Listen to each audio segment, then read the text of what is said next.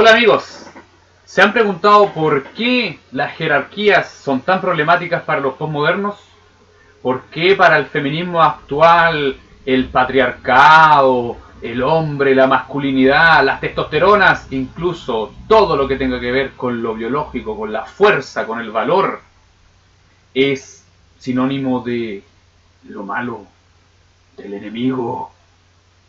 Bueno, hoy día vamos a ver en este segundo capítulo cómo el problema de las jerarquías en la posmodernidad tiene que ver directamente con la secuencia que viene desde la ideología marxista, acuñándose desde el pasado siglo, hace 2 siglos anteriores, y cómo este problema y la solución que se está dando actualmente en los estudios de género y en el feminismo actual está socavando la matriz cultural, está socavando la cultura, una cultura milenaria incluso, una cultura popular, a la cual me estoy tratando de referir en este segundo capítulo, desde el primero, a un carácter popular más allá de una ideología popular. Bueno, como ya lo mencioné, este problema de las jerarquías viene arrastrándose desde que Marx, en el análisis que hace respecto a las sociedades industriales, simplifica el problema humano, el problema de la existencia humana, la angustia, la inseguridad, lo simplifica a la lucha de clase y a dividir la humanidad en dos partes, ¿ya? Explotadores y explotados, dominadores y dominados. Esta dialéctica, se podría decir, de los pares antitéticos prosigue hasta el siglo XX, y con el auge del feminismo actual, de la primera y la segunda ola principalmente, estamos hablando de los años 50-60, ya toma ribetes principalmente dialécticos marxistas, y el problema de los explotadores y de los explotados se simplifica al problema de la sumisión de las mujeres por los hombres, ¿ya? Es decir, así como el capitalismo crea una masa dirigencial sádica y explotadora, y una clase trabajadora que tiene que aguantársela, también estaría creando paralelamente a nivel de clases populares y de clase media y de gente trabajadora, y en todos los niveles de las clases sociales, un sistema al cual denominaron patriarcado. Y este sistema se basa también en la antítesis entre la fuerza de hombres por sobre la fuerza de las mujeres. Ahora bien, la hipótesis que quiero plantear en este video es que el principio de las jerarquías es necesario, que no es per se negativo, ¿ya? Si bien vamos a describir lo que serían las jerarquías patológicas, la jerarquía en sí misma, la jerarquía saludable, es necesaria para la evolución, es necesaria para el desarrollo del carácter, es necesaria para la transmisión del saber y el hacer cultural. Ahora bien, con el advenimiento de las sociedades liberales, ¿ya? Y con los derechos que consiguen las mujeres, cuando ellas salen a la calle, cuando salen a buscar trabajo, cuando se transforman ya no solamente en sujetos domésticos, sino que ya se transforman en sujetos emancipados que tienen una relevancia en la vida política y también en la vida económica del país, y con el avance de la tecnologización en la comunicación, en las comunicaciones, tenemos paralelamente un socavamiento a esta matriz cultural, de que estuvo presente en las sociedades agrarias y preindustriales, ¿ya? Donde la jerarquía femenina, ¿ya? Los círculos femeninos que se formaban eran sumamente importantes para el desarrollo cultural. Por ejemplo, en la cultura mapuche, la figura de la machi, ¿ya? Sabemos que es una figura sumamente importante, tanto en la transmisión del saber medicinal, curativo, como también en las mitologías, en la cosmovisión del pueblo mapuche. El lonco también, por otro lado, pero incluso la figura de la machi, mucho más importante. Lo que quiero decir con esto y esto sucede también en el análisis que podemos hacer en las sociedades agrarias, las mujeres en sí, como círculo, tienden a tener jerarquías mucho más marcadas que la de los hombres. Incluso la de los hombres podría ser como una imitación de la jerarquía primordial que tienen las mujeres cuando se juntan. ¿Ya? Jerarquía que está basada principalmente en los años de experiencia. En la cabeza de la pirámide están siempre las ancianas y en la base de la pirámide están las más nuevas, ¿ya? Las más jóvenes. La transmisión del conocimiento, no solamente a nivel culinario, ¿ya? Sino que también a nivel de carácter, a nivel de lenguaje, ¿ya? Ellas solucionan sus problemas conversando, solucionan sus problemas escuchándose y escuchando también a las otras que están más arriba, que tienen una opinión distinta, que han vivido la vida de otra forma, ¿ya? Tienen esa necesidad de tener que conversar una y otra vez los temas, cosa que muchas veces a los hombres o a las mentalidades más cerradas, vamos a decir, porque no solamente los hombres, muchas veces a las mentalidades más cerradas, esta cuestión les parece insoportable, tener que estar conversando una y otra vez sobre lo que pasó, lo que no pasó, lo que dijo, si dijo esto y si lo dijo de esta manera y por qué no lo dijo de esta otra manera, y si lo dijo de esta manera porque quiso decir... Esas cosas que tienen que ver con el lenguaje, que tienen que ver con la actitud, que tienen que ver con la forjación del carácter, precisamente, del carácter popular, es lo que ha sido socavado, en parte, por las sociedades liberales en esta apertura, ¿ya? Ahora salgan de la casa, vayan a trabajar, independícense, tienen todas las posibilidades, ocupen lugares en la vida social, en la vida política del país, que está súper bien, pero paralelamente viene este impulso, ¿ya? Agarrado de la ola marxista, donde se habla de que ese núcleo familiar, ese oikos familiar, es sumamente denigrante para la mujer. Entonces, el mercado se abre, ¿ya? Los derechos se solicitan, se piden, hay vida pública, hay vida política, y aparte, con la crítica marxista de los roles de género y en la ideología de género, principalmente ya que en el siglo XX, se deja atrás, se echa al tarro de la basura toda esta matriz cultural que venía alimentando principalmente la vida pública del país. Ahora, la creencia de que las jerarquías per se son negativas debe ser fuertemente discutida y con base científica, aunque a los culturalistas les cargue esto de tener que hablar de estudios científicos, biológicos o biología, no, eso no tiene que ver con nosotros.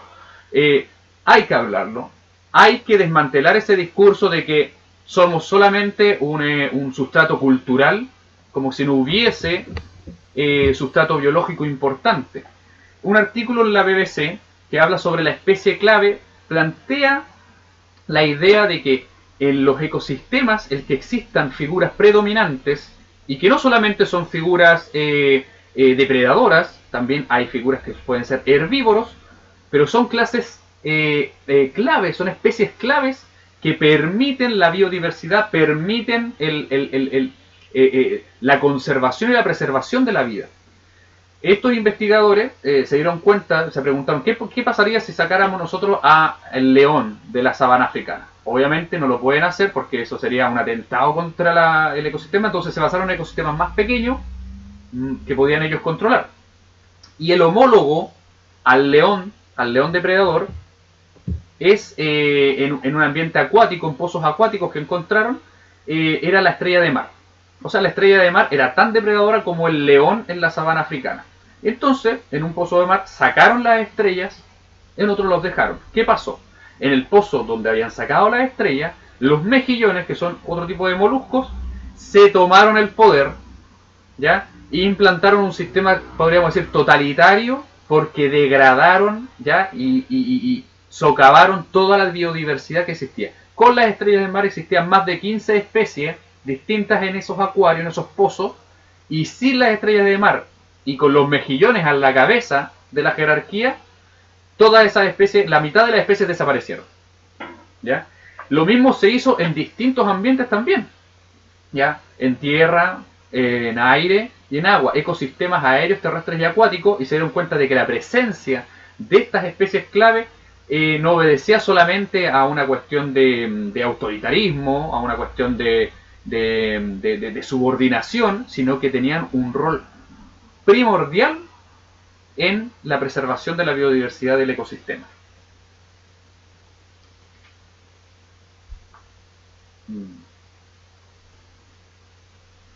Ahora bien, cuando menciono que en las sociedades agrarias y preindustriales las mujeres encontraban su identidad en estos círculos de mujeres donde habían jerarquías por la experiencia de edad, las ancianas estaban a la cabeza y las más jóvenes estaban a los pies de la pirámide, la base de la pirámide.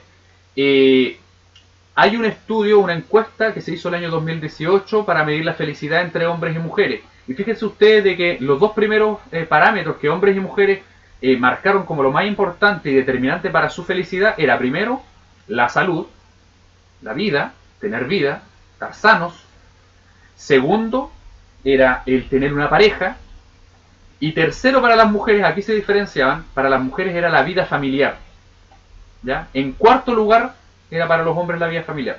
Para las mujeres la vida familiar era importante en el sentido de que podían tener, teniendo su vida, su salud, teniendo una pareja también, ellas necesitaban de esta vida familiar, porque como lo digo, lo dije en un principio, y lo vuelvo a repetir, la identidad femenina, antes del advenimiento de la época industrial, estaba fuertemente anclada en el diálogo cultural, ¿ya?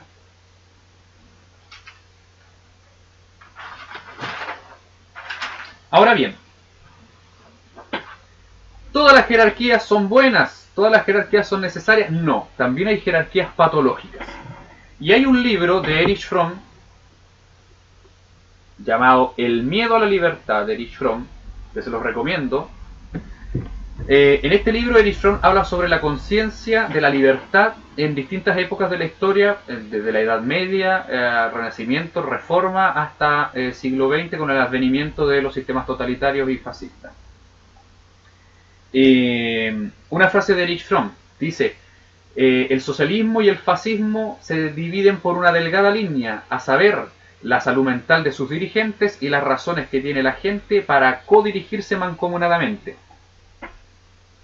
Erich Fromm habla en este sentido de que cuando los dirigentes, ¿ya? Cuando los que están a la cabeza de la jerarquía no gozan de una buena salud mental, y cuando la masa, la gente, encuentra razones basadas en el odio y en el resentimiento, es cuando ese carácter socialista se transformó rápidamente en un fascismo, ¿ya?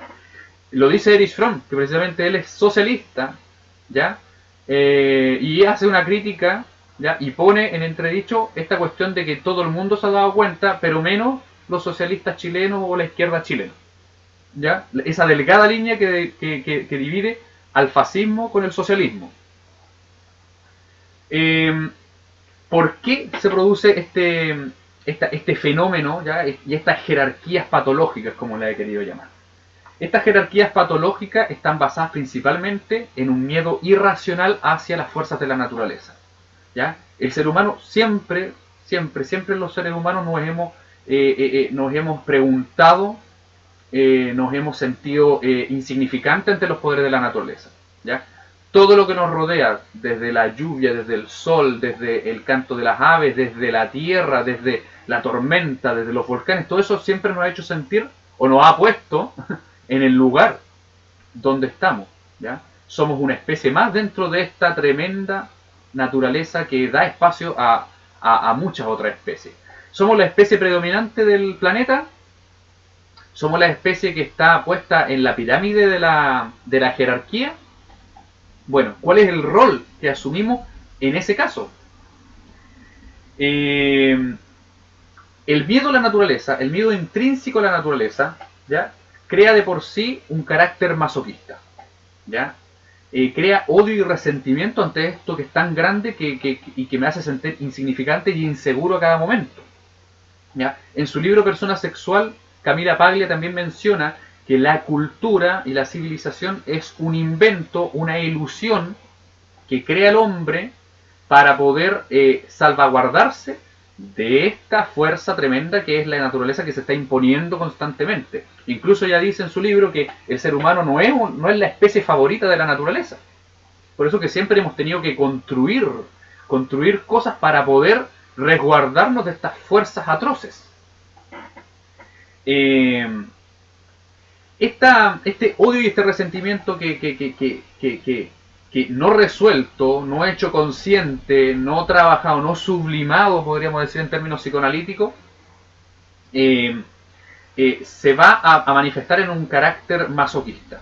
Y los líderes, ¿ya? Los líderes que surgen de una población temerosa, de una población con miedo, los líderes tienen el otro carácter, el sádico, aunque ellos también reconocen esta inseguridad, reconocen esta angustia existencial que tiene el pueblo, y ellos se encumbran como que, en definitiva, estos dioses o estos mesías, representantes de las fuerzas de esta naturaleza, pero que ahora están vistos en una persona. Por lo tanto, ya no le tengo miedo a todo. Ya mi inseguridad está dirigida a una persona, y esa persona que precisamente manifiesta la fuerza que me hace sentir débil, me da también la respuesta y la salida a esa inseguridad. ¿Ya? Esa dependencia emocional, psicológica, es la que analiza Erich Fromm magistralmente en este libro, Miedo a la libertad. La subordinación entonces a la naturaleza. Aquí anoté 3 caracteres. Subordinación a la naturaleza, odio, resentimiento, un nihilismo existencial y el totalitarismo cultural y moral en el cual estamos ya sometidos. ¿Ya? El feminismo actual lo que toma es precisamente este odio y resentimiento a la naturaleza, ante las fuerzas irreconciliables de la naturaleza, satanizando, por ejemplo, la testosterona y la masculinidad, satanizando la agresividad, satanizando los ademanes fuertes, satanizando todo lo que tenga que ver con lo masculino.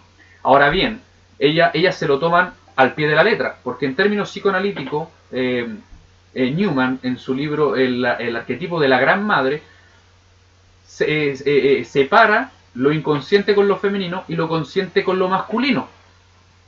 Y lo consciente como lo masculino tiene que ver con la fuerza, la proyección, el salir hacia adelante, ¿ya? Salir de la zona pantanosa, del pantano que es el inconsciente, donde nos vemos figuras. Todo parece ser espectro, todo parece ser sombra. La conciencia es luz sobre esas sombras, es salir de ese pantano y construir lo que conocemos como la cultura o la civilización. Ahora, para las feministas esto es al pie de la letra, así como si los hombres fuesen solamente lo masculino y las mujeres fuesen solamente lo femenino, cuando ambas fuerzas, lo inconsciente y lo consciente, están albergadas como fuerzas biocósmicas, como lo decía Rolando Toro, en cada uno de nosotros.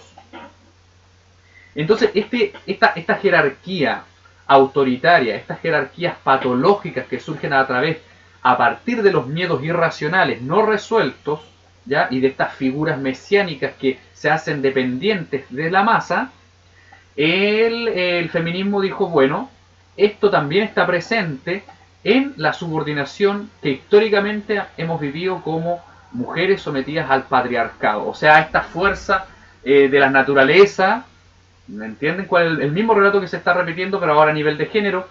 Misma fuerza de la naturaleza que es incontrolable para nosotros, una fuerza irracional. ¿Quiénes son los responsables de eso? Los hombres. Los hombres son los violentos, los hombres son los que... Y la testosterona, ¿ya? Que para muchas feministas actualmente es incluso negada, ¿ya? O sea, han llegado a un punto de negar la presencia, la incidencia, la influencia de las hormonas en el cerebro humano. Eso habla de un miedo irracional hacia la naturaleza, a un no reconocimiento de la naturaleza como parte de esta matriz cultural que también necesitamos volver a formular. Rolando Toro promulga que la biología es un relato empírico sobre las diferencias sexuales, ¿ya? No es el punto final a las diferencias sexuales, pero sí es un punto de partida importante que se debe considerar. Por ejemplo, la glándula pituitaria, hipófisis pituitaria, que tenemos todos, hombres y mujeres, en el cerebro masculino segrega mayor cantidad está constantemente mandando información a las células intersticiales de los testículos para hacer testosterona. Por eso en un cuerpo masculino generalmente hay 10 a 20 veces más testosterona que en un cuerpo femenino, porque en el caso de la glándula pituitaria femenina, esta es mucho más cíclica. Son periodos más largos, ¿ya? Que equivalen también a los periodos de la menstruación. Y ahí hay otras hormonas también importantísimas en el cuerpo femenino que intervienen en estos ciclos, estrógeno y la progesterona. Pero la idea de las feministas es que precisamente esta característica del cerebro masculino, esta constante información de la glándula pituitaria a las células intersticiales y la creación de testosterona es lo negativo, es lo que ha creado la violencia en la cultura. No sé si lo dije anteriormente, pero se parecen mucho a las sectas religiosas cuando están satanizando a un único enemigo. Bueno, para las feministas como religiosas, el enemigo es el hombre, el enemigo es la testosterona, el enemigo es la biología en sí misma.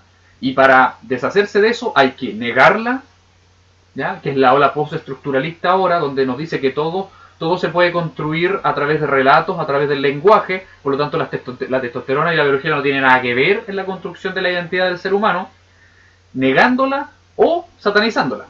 Son esas dos partes lo que hacen. El resultado de esto es una androginia sexual, ¿ya? La androginia sexual es la debilidad de carácter.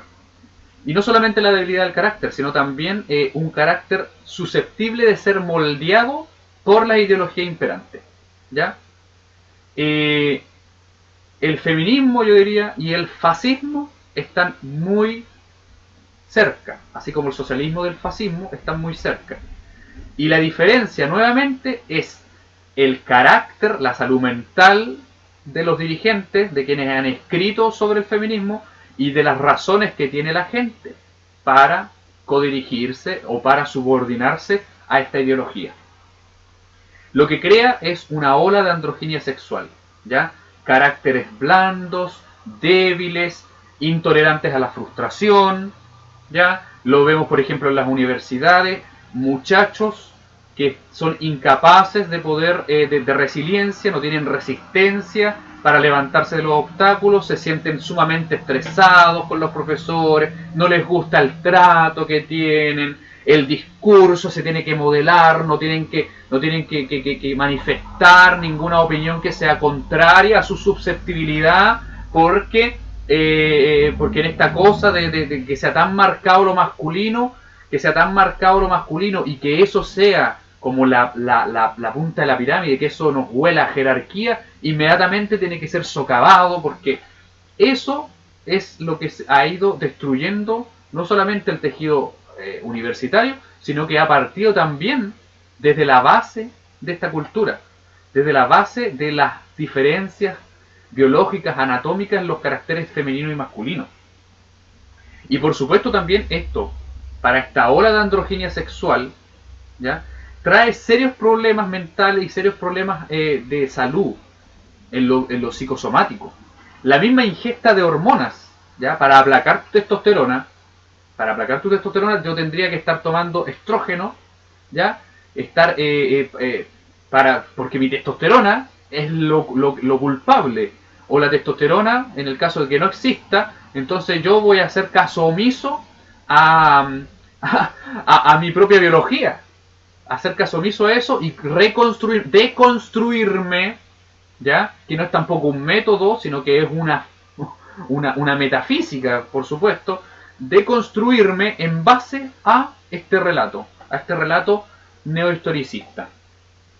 Lo que pasa con esto es que al sacar las jerarquías naturales que existen, ¿ya?, no solamente entre hombres y mujeres, sino también principalmente las mujeres que son capaces de hablar claramente, ¿ya?, y no tragarse esta bola ideológica que las hace ver a ellas como las víctimas de los hombres, las víctimas eternas de los hombres, sino las mujeres que también hablan, ya que demuestran un poco de testosterona, son también catalogadas como fascistas, son catalogadas como fachas, reaccionarias, etc. Esta degradación en las jerarquías lo que hace, como en el caso del artículo de la BBC, de la especie clave, sacar la especie clave involucra que llegue otra especie altamente depredadora y altamente perjudicial para la biodiversidad. Lo que es muy parecido a cuando llega la izquierda totalitaria al poder, el socialismo al poder, ¿ya? Y ahora junto con esta ala feminista al poder, lo que hace y lo que hará, porque está en su... naturalmente podríamos decir que es así, es degradar y socavar la diversidad, las estructuras de las sociedades. Lo que ha pasado en toda la historia es que se instauran regímenes totalitarios, donde se pensaba que la cura salió siendo peor que la enfermedad. Bien, no me quiero extender tanto más, así que les voy a mostrar a continuación consideraciones para el problema que tenemos actualmente. ¿Ya? 3 características de la matriz cultural. Número 1, la jerarquía. Recuperar la jerarquía. La jerarquía no es negativa per se. La jerarquía es un medio para poder promover la evolución, el conocimiento, las tradiciones y principalmente, hablando en términos de género, para las mujeres un medio para su identidad. Mira que siempre se ha dicho que las mujeres se identifican rápidamente con la naturaleza. Una mujer menstrua y casi ya sabe que es mujer y sabe lo que es esto.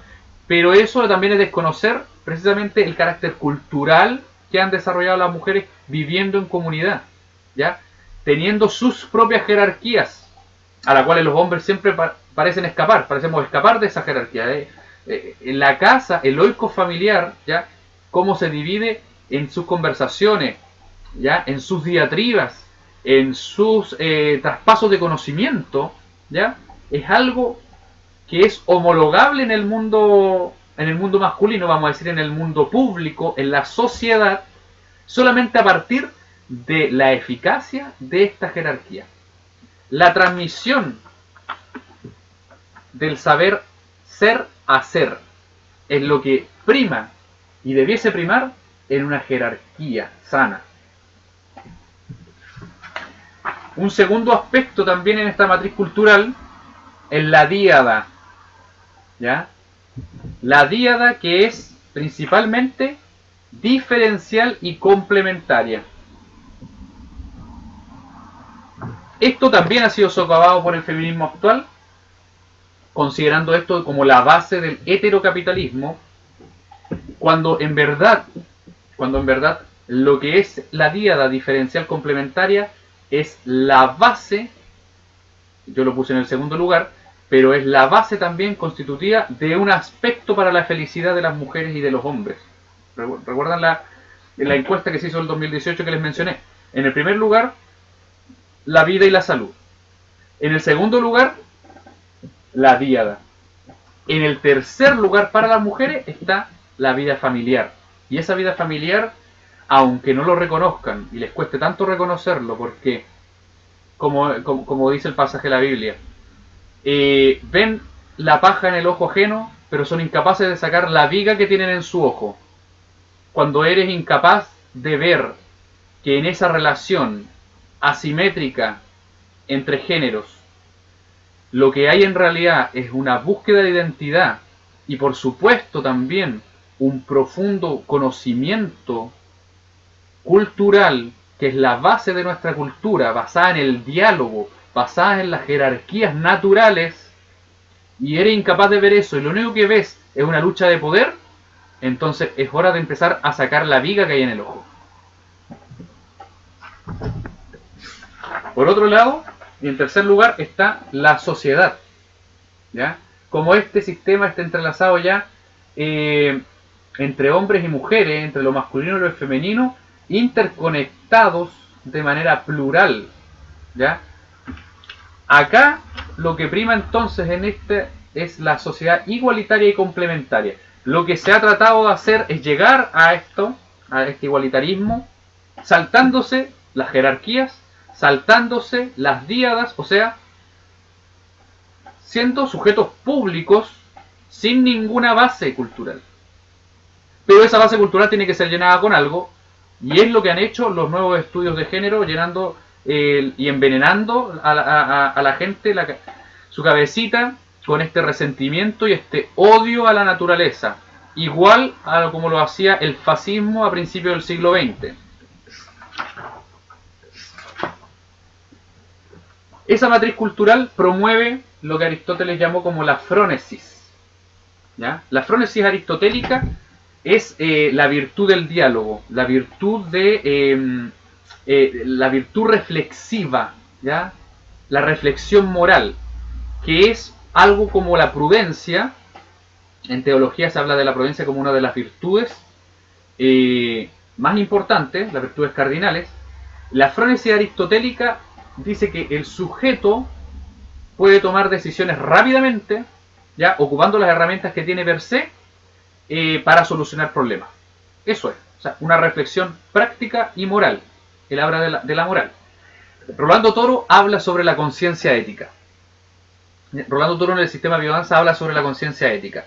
Porque las decisiones no deben ser tomadas solamente a partir de la moral imperante, la moral de la sociedad, sino también de la integración, en los niveles de integración que la persona tenga consigo mismo, con el otro y con la totalidad.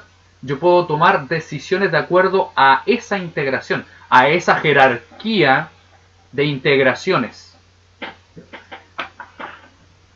Por lo tanto, la propuesta es asimilar la matriz cultural, que es base de la frónesis aristotélica o conciencia ética, ¿ya? La matriz cultural, la jerarquía natural que existe en el oikos familiar, ¿ya?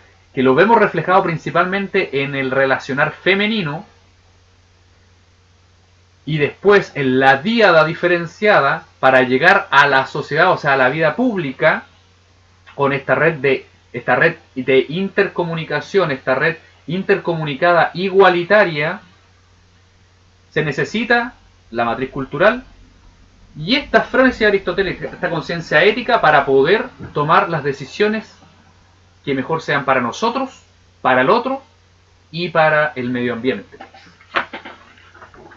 Y para finalizar, digo que democracia no es igual a la abolición de las jerarquías, porque cuando la opinión del ignorante vale lo mismo que la opinión de la persona que ha estudiado, estamos más cerca de la barbarie, estamos más cerca del totalitarismo, estamos más cerca de caer en manos de inescrupulosos. Cuando se intentan abolir las jerarquías, de seguro lo que hay detrás es miedo a la naturaleza, miedo irracional al otro y por lo tanto un carácter sadomasoquista.